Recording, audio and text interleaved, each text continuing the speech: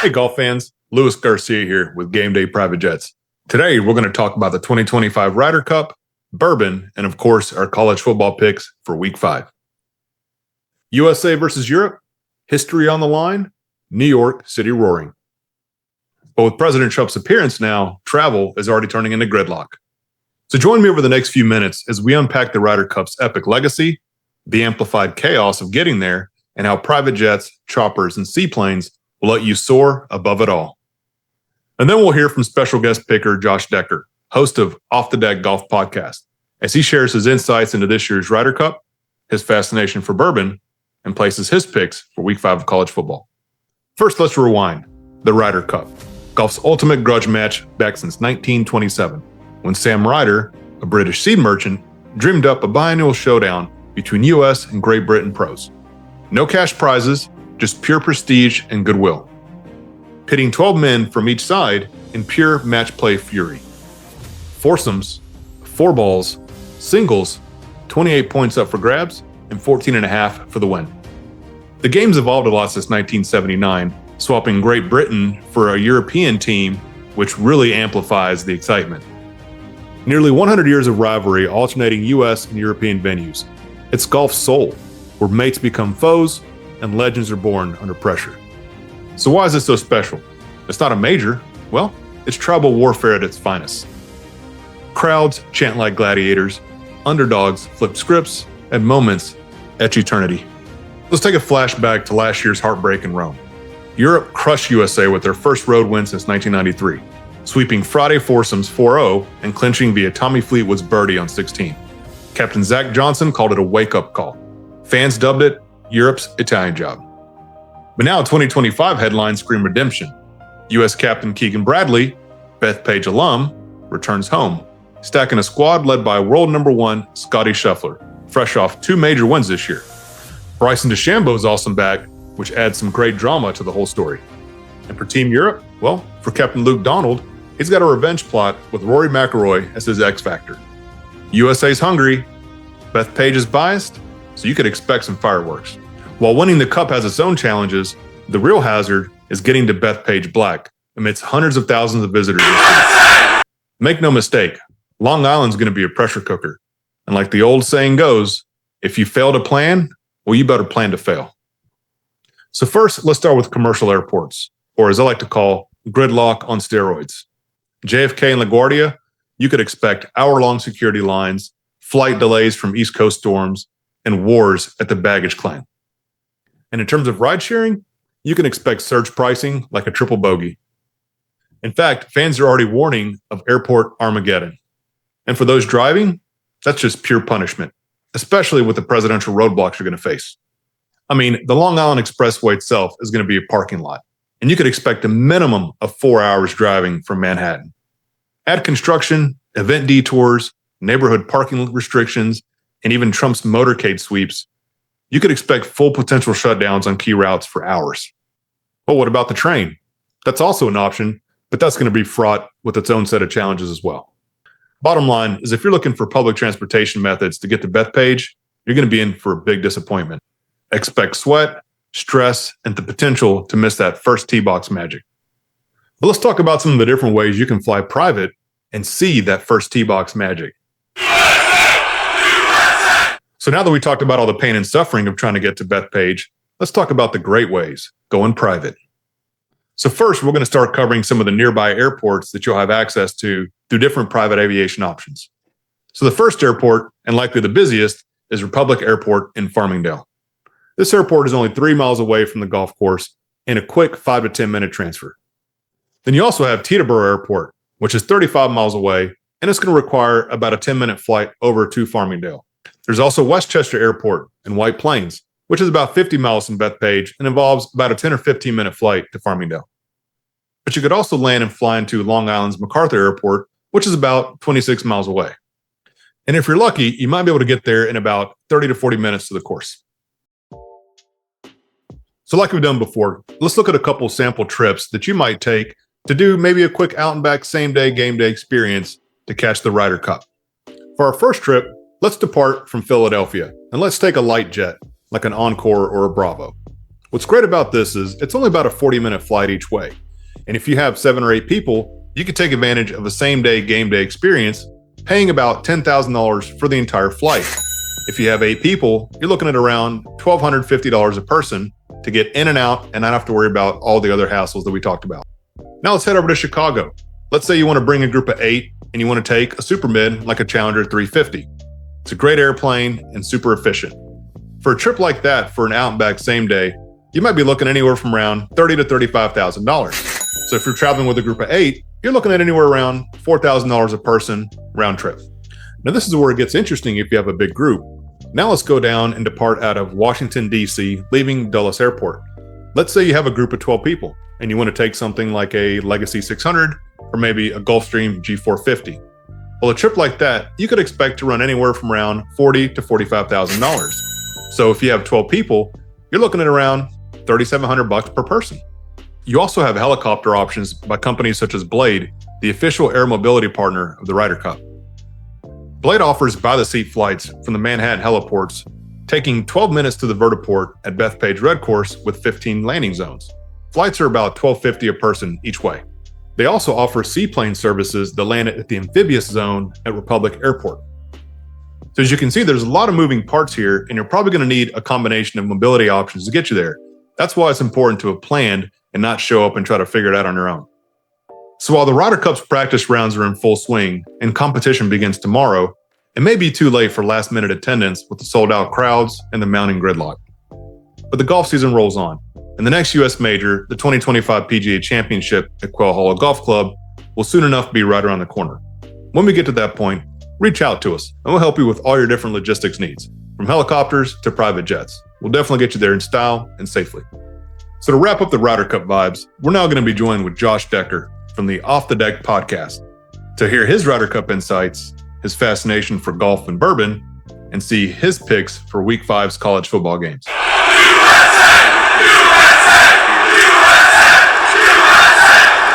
All right, golf fans. So we're thrilled to welcome Josh Decker, host of the new hit podcast, Off the Deck, where the game is just the beginning. Josh is also a member of Game Day Private Jets and is looking to grow his local Birmingham community of Auburn football fans to share private jets to games and save big. So Josh, number one, thanks for being a member and thanks for taking the time to join me to talk golf, bourbon, and college football. Yeah, thank you for having me. Excited to be here. Excited to be on. Those are 3 of my favorite topics. So we could go for hours.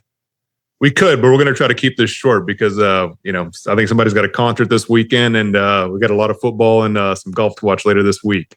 Yeah.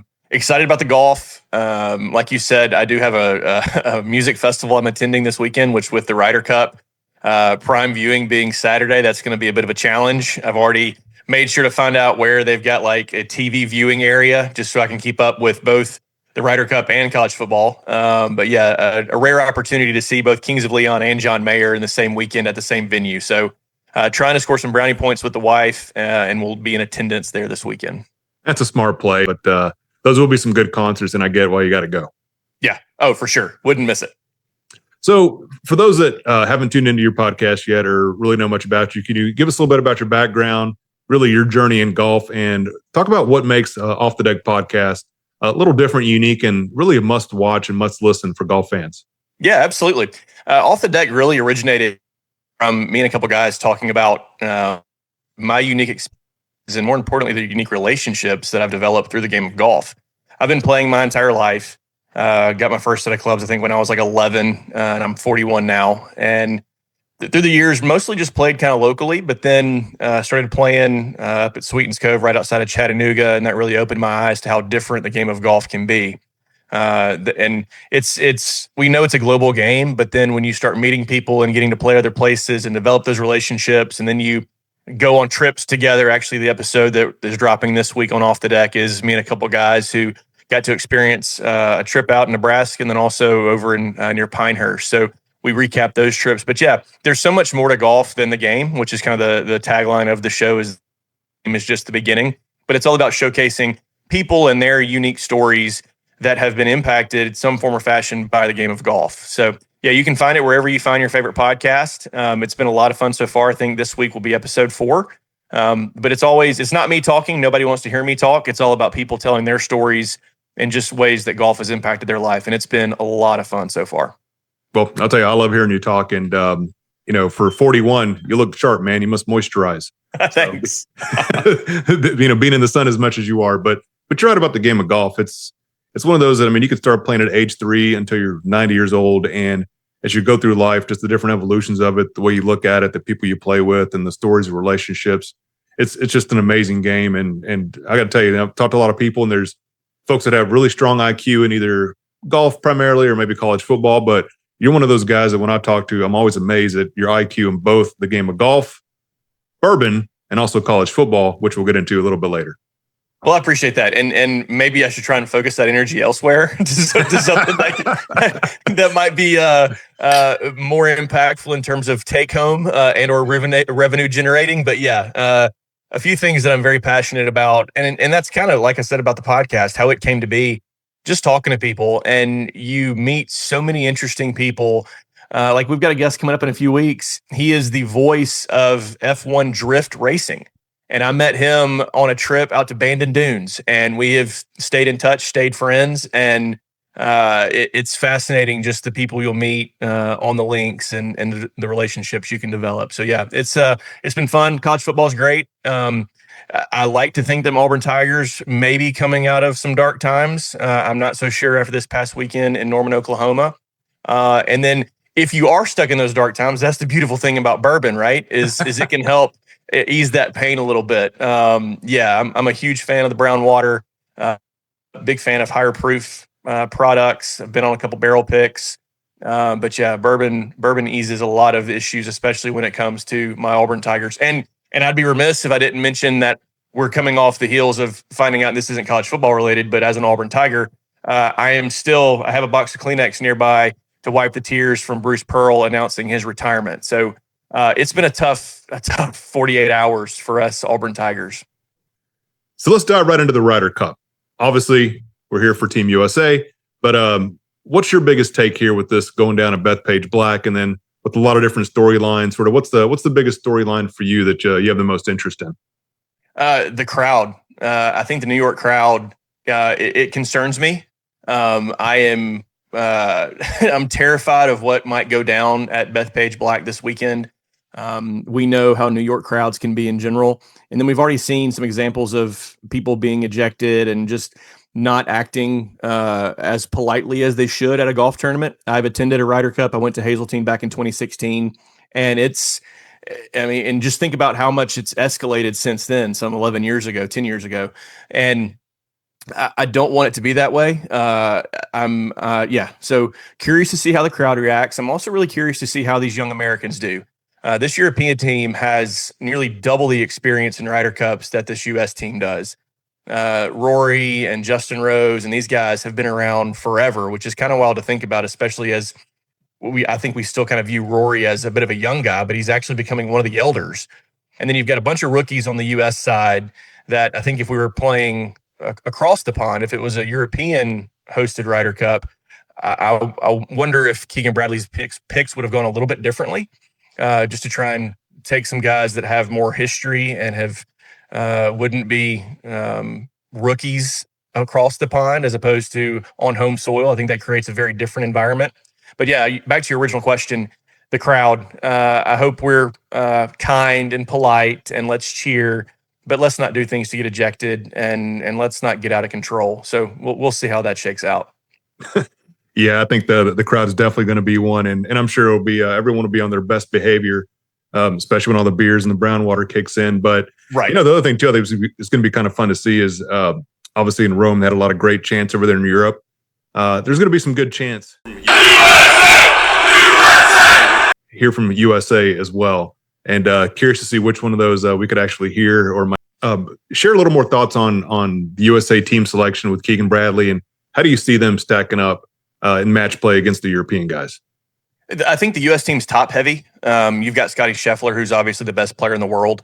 And if you look at these two teams compared on paper of events, wins, top tens, all these things, if you take Scotty out of the mix, the European team is head and shoulders better than with Scotty. Now, obviously he's going to play, but there's only 5 times in which he can play and potentially contribute a point to the U.S. team. I also think they have some concerns with Colin Morikawa. He comes in not playing his best golf. I don't even think he made it to East Lake for the Tour Championship. And then you've got some guys that are just on heaters like JJ Spawn and Russell Henley, who we don't know how they're going to perform in this environment, right? So JJ Spawn, obviously there because he won the U.S. Open at Oakmont. Russell Henley's had a career, 18 months. So that's why he's on the team. But then you've got some vets for the U.S. team in Xander Schauffele and Patrick Cantlay, those guys who also not playing their greatest stuff coming into Bethpage Black. So I'm curious to see how the pairings shake out because, especially an alternate shot, you've got to play your teammate's ball. And we know Bryson's kind of quirky. So that's one thing. But yeah, I think the U.S. team, if they can get off to a fast start and at least develop some level of momentum going into Friday afternoon and maybe be up 2 or 3 points before Saturday morning session, that would be huge for them because then you kind of get the crowd even more so behind you as opposed to the panic of, oh no, there's a lot of blue on that board, we're losing. I think it's vital for the U.S. team to get off to a fast start.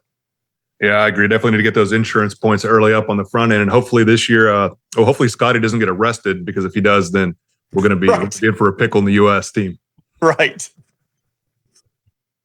So besides the Ryder Cup, I want to talk about some of the places you like to play golf at because you've been fortunate enough to play a lot of different courses. So what are some of the favorite courses or your favorite course to play and what makes those places special for you?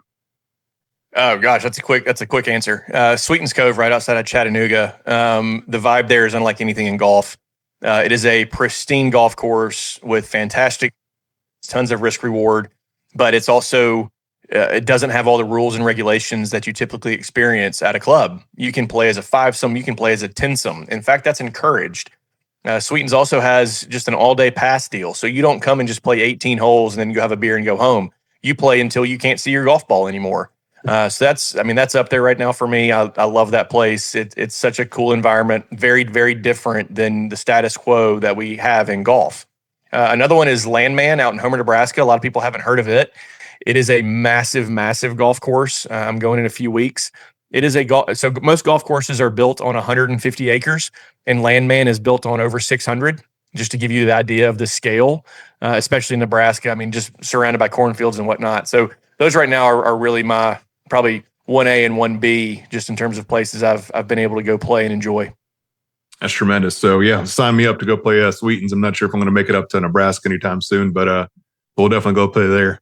Let's make it happen. Yeah, it's a fun spot. What's really cool about it is there's a couple drivable par 4s that you're like, oh, okay, 260, no big deal. But then it is surrounded by bunkers, some of which have nicknames that are explicit that I will not use on this recording. But you might drive that green, but if you're off in one of those bunkers, you're easily going to come off with a 6 or a 7. So you've got to really pick and choose where you want to take your chances, take your risks. Yeah, and I love that thought that kind of goes into playing golf. So with Sweetens too, it's they got some pretty good brown water up there, from what I understand too. They do. One of the traditions at Sweetens Cove is you take a shot of bourbon before you go play golf. It happens at 9 a.m. every single day. And because of that, it kind of evolved into the thing. And they're like, you know what? We should have our own bourbon. So I guess it's been 5 or 6 years now that Sweetens Cove bourbon has been on the market. They actually just did a rebrand.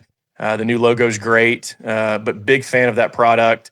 Not too high proof, great to drink straight or as a mixer. But yeah, it's a great product.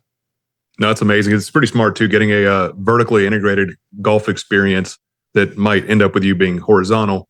But correct. But either way, I mean, look, we all need something to kind of warm up a little bit, and people warm up, stretch different ways. So yeah, that's exactly right. Okay, so we discussed some golf, we discussed some bourbon. So naturally, the next thing we're going to talk about is college football. So as we mentioned, there's a pretty solid weekend of games ahead of us. And so really curious to see what your picks are in some of these marquee games. So we know that you can pick good bourbon out. Now let's see how good a job you do picking out some games. So just like always, the loser sends the winner a bottle of their favorite whiskey. Deal? Deal. You got it. All right, let's get started. All right, so game number 1 is LSU versus Ole Miss. So number 4 LSU heads to Oxford to face number 11 Ole Miss in the Magnolia Bowl. LSU counts on quarterback Garrett Nussmeier's sharp passing skills to get these big early wins, while Ole Miss leans on its tough defense boosted by SEC shutouts over Kentucky and Arkansas. This rematch could boost playoff hopes for both, while Ole Miss aiming to avenge last year's 29-26 overtime loss in Baton Rouge. So Josh, LSU, Ole Miss at Oxford, who you got? I'm taking Brian Kelly and Nussmeier. I think they're just too good. They've already been into the fake Death Valley at Clemson and came out of there victorious, albeit Clemson's not what we thought they were going to be going into the season. But I'm taking the purple and gold Tigers going into Oxford and coming out of there victorious. All right. Go Tigers, lock that one in. And shocker, I'm going to pick LSU as well. I think it's just a superior team right now, and Nussmeier is really coming in. He's pretty dialed in. So, it's not going to be easy, but I think LSU is going to come away with this win on this one. So we'll lock that one in too. All right, so now let's look at game number 2, which is Oregon versus Penn State. So number 3 Oregon visits number 6 Penn State in Happy Valley for a Big Ten clash. Oregon relies on quarterback Dante Moore's big plays after crushing Oregon State 41-7, while Penn State trusts its strong defense that held Villanova to 6 points. College Game Day hits State College with its whiteout rematch of last year's title game, and with big playoff stakes on the line. So for Oregon and Penn State, who do you got? I love Dan Lanning. In a perfect world, I wish he was the head coach at Auburn. I think that they go into Happy Valley and take home that victory. I still think it's weird to me. I know it's been a few years since we've had conference realignment, but it just blows my mind that they are in the same conference. I know that's not relevant to the picks we're making right now, but give me the Ducks. Quack, quack, quack. All right, there it is. Lock it in. Quack, quack, quack. So I'll disagree with you on this one. I'm going to go with Penn State. I think it's a whiteout home game. I think there's some momentum there. It could be a coin toss, but for this one, I'm definitely going to take Penn State, and I think they're going to continue to be one of the Big Ten front runners. So Penn State. All right, now we have game number 3, which is Kentucky versus South Carolina. So Kentucky travels to face South Carolina in Columbia for an SEC matchup. Kentucky banks on its solid run game after a close 30-23 loss to Ole Miss, while South Carolina shines with special teams and scored 4 times this year, including a 31-7 win over Vanderbilt. The Gamecocks seek to repeat last year's 31-6 rout over Kentucky and climb back into the polls. So, for Kentucky and South Carolina, who you got? Gamecocks. I think Lenoris Sellers is one of the best quarterbacks in the country. It was a shame that he didn't get to play the full game against Vanderbilt last week. But I think Gamecocks, and that place, Williams-Brice Stadium at nights, it's like Jordan-Hare Jr. There's just weird stuff that happens in Columbia, South Carolina. I'm going Gamecocks. And I agree with that one. I think Sandstorm comes in through the clutch as always, and it's just they're going to be too strong for Kentucky, even though they're going to come in and bring it. But I agree with you on that one. South Carolina. So Virginia Tech goes to NC State for an ACC rivalry. Virginia Tech hopes that their quarterback can spark the offense amidst coaches firing after losses to Vanderbilt and Old Dominion, while NC State rides freshman quarterback CJ Bailey's hot play from a 35-31 win over Virginia. The Wolfpack aim to build on their Wake Forest upset and bury Tech's tough start. So for this game of Virginia Tech versus NC State, Josh, who you got? I guess I'll go NC State. Admittedly, I don't know much about either of these teams right now. And the ACC's done a weird conference realignment too, and it's tough to keep up with. Virginia Tech being 1-3 just seems kind of uncharacteristic for them. I feel like Frank Beamer's still the head coach, but I know that's not the case. So let's go NC State, especially since they have apparently a decent freshman quarterback and they're not the dumpster fire that Virginia Tech is. Dumpster fire. So, all right. Well, on that one too, I haven't really watched any of these games this year, admittedly, but I'm going to go with NC State. I think there's just too much drama going on over there at Tech. And so I think NC State comes out, they try to make a statement here and really sort of cement themselves as a team on the rise, as an ACC dark horse. So for this one, NC State. And now for the 5th and final game is Auburn versus Texas A&M. So number 22 Auburn, your team, visits number 9 Texas A&M in College Station for an SEC showdown. Auburn trusts its quick offense after a 24-17 loss in Oklahoma, while Texas A&M uses a strong run game fresh off a bye week and a 41-40 upset of Notre Dame, which I picked wrong. This echoes last year's 43-41 overtime Auburn win, with A&M set to even the score.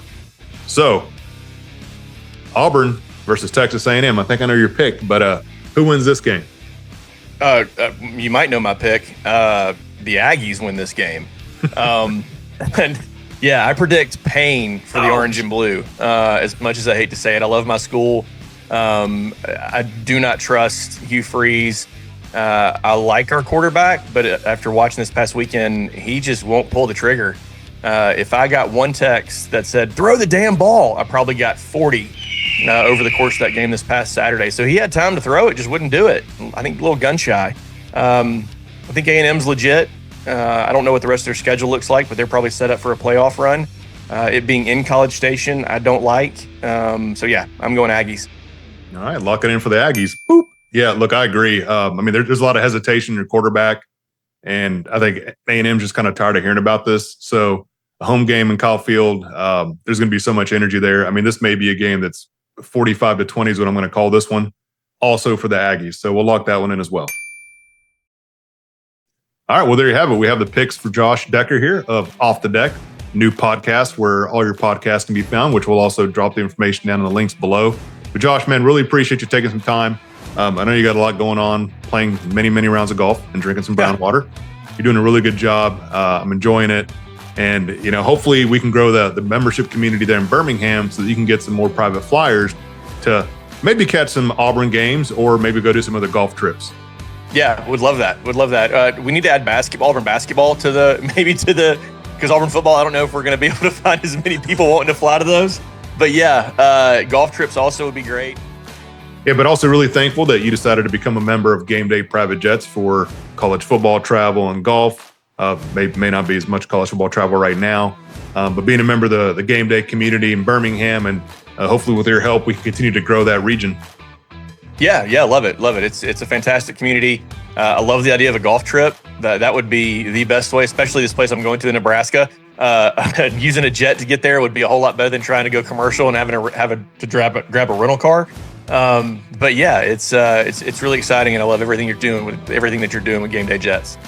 Well, there you have it, folks. Josh Decker with Off the Deck, awesome new golf podcast that can be found anywhere your podcast can be found, and we'll also put the links down there below. But man, we'll see how these picks go. Enjoy your concert with the wife, or your concerts with the wife. Yeah. And let's see what Team USA does and how many people get ejected out of the Ryder Cup this year.